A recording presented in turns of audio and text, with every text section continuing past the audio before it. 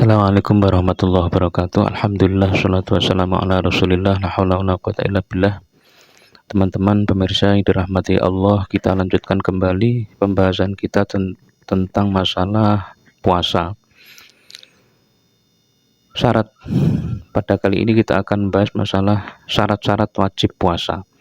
Artinya adalah ketika seseorang memenuhi syarat-syarat wajib ini, maka dia terkena kewajiban puasa. Kalau dia tidak memenuhi syarat-syarat wajib ini, maka dia tidak terkena beban kewajiban puasa. Pertama adalah syarat wajib puasa Islam, sehingga orang yang tidak Islam, dia tidak terkena kewajiban puasa. Orang yang tidak Islam asli, maka dia tidak terkena beban kewajiban puasa. Tapi orang yang murtad, orang yang keluar dari semula dia Islam, kemudian keluar dari Islam, maka dia terkena beban tanggungan, ketika dia masuk Islam lagi, maka dia memiliki hutang ketika saat murtadnya itu. Kemudian syarat yang kedua adalah balik, usia balik. Saya kira sudah paham balik di sini, sehingga anak yang belum balik dia tidak terkena beban kewajiban puasa. Balik ya. Kemudian syarat wajib yang ketiga adalah berakal. Berakal itu pikirannya sadar. Jadi sehingga orang yang gila, orang epilepsi, orang yang mabuk tidak sadar akalnya, dia tidak terkena kewajiban puasa.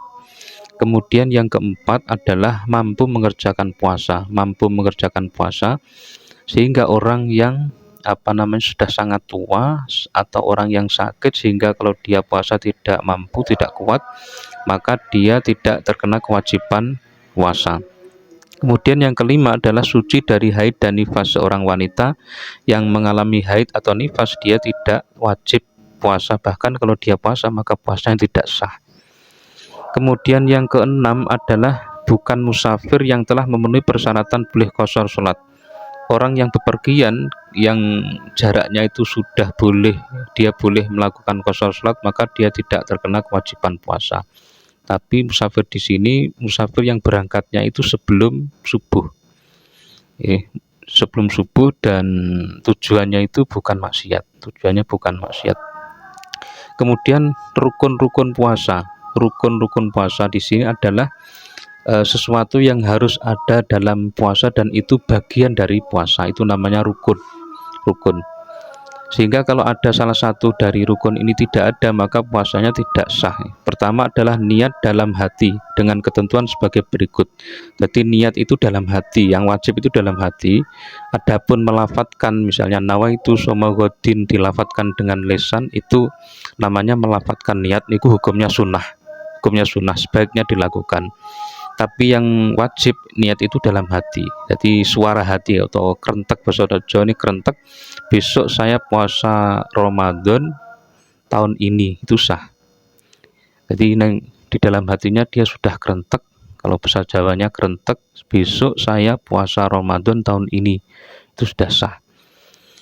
Nah, ketentuan niat adalah untuk puasa fardu, niatnya harus dilakukan sebelum terbitnya fajar shadiq. Untuk puasa fardu atau puasa wajib itu orang harus meletakkan niat itu di malam hari. Jadi mulai dari malam hari itu, mulai maghrib sampai sebelum fajar shadiq.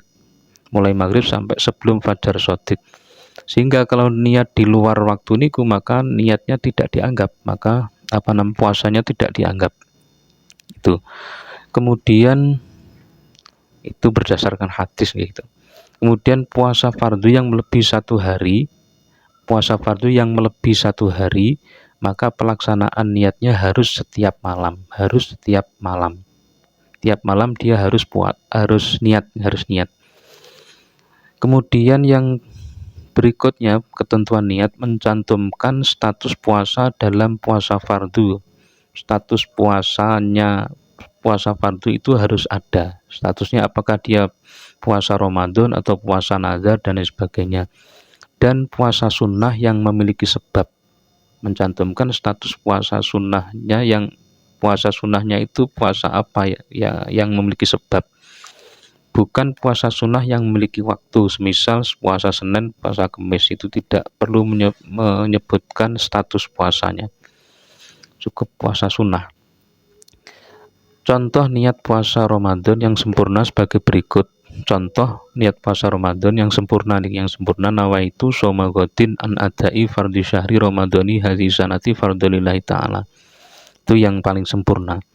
Itu dalam hati kita kerentek, aku niat besok puasa Ramadan untuk memenuhi fardu bulan Ramadan tahun ini.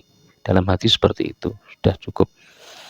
Kemudian rukun yang kedua, yang pertama tadi niat, rukun yang kedua adalah menghindari hal-hal yang membatalkan puasa. Menghindari hal-hal yang membatalkan puasa ini termasuk rukun puasa.